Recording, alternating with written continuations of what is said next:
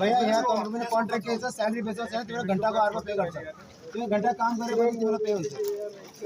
हो कि हैन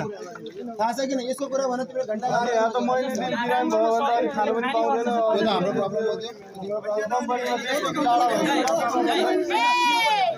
टाढा भइसक्यो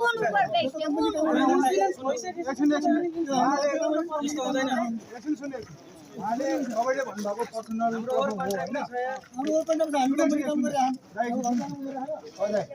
तपाईलाई प्रब्लम छ हाम्रो समाज तपाईले सुन्नु न गरेर नबोल्नु भयो कुरा त निकाल्नु हुन्छ है सुन्नु न यो गरेर परिवार कुरा हो अनि के गरा त ए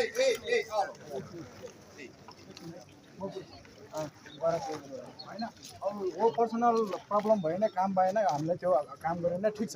भोलि म बाटोमा हिँडेर कसैले आएर ल्याट हाल्ला हैन अनि त्यो चाहिँ कसले गर्ने भन्न खोजेको अन्डर कम्पनीमा काममा फेरि अब बाटोमा यहाँ बाहिर गेट बाहिर गएपछि हामीलाई बाल भएन उसको प्रब्लम अब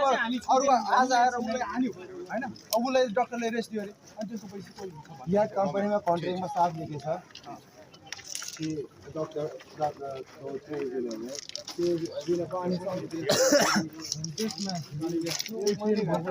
रिपोर्ट गर्छु भनेर पुरै यो कुराको लागि मैले त्यो कुराको लागि अगाडि म कुरा गर्दैछु अफिसमा भन्दैछु त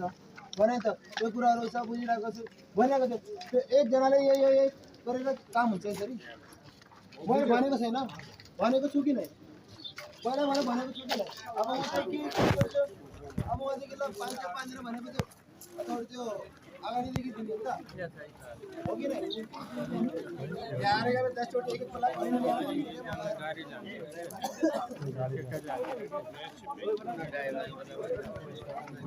त्यसको कम्पनीले गरेन आफै गरे भन्छ भैया यो मलाई थाहा हुन्छ भैया सुन्नु जति भएपछि म छु जति सुन्नु अहिले अब प्रतिनिधि राख्नु पर्यो कि हाम्रो तपाईँ लिडर बनेर एक्चुअली अफिसमा कुरा गर्नु पर्यो यार मैले भनिरहेको छु अब यसो कुरा गर्छु यसरी जति तपाईँले कुरा गरिरहेको छ सुन्नु पहिला यसरी कुरा गरेर यसरी कहिले कुरा हुनु मन नलाउने गाली गर्छ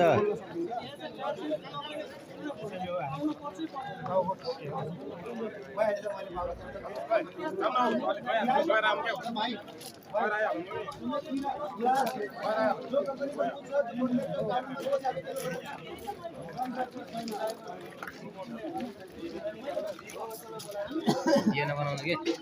साइडमा बनाउनु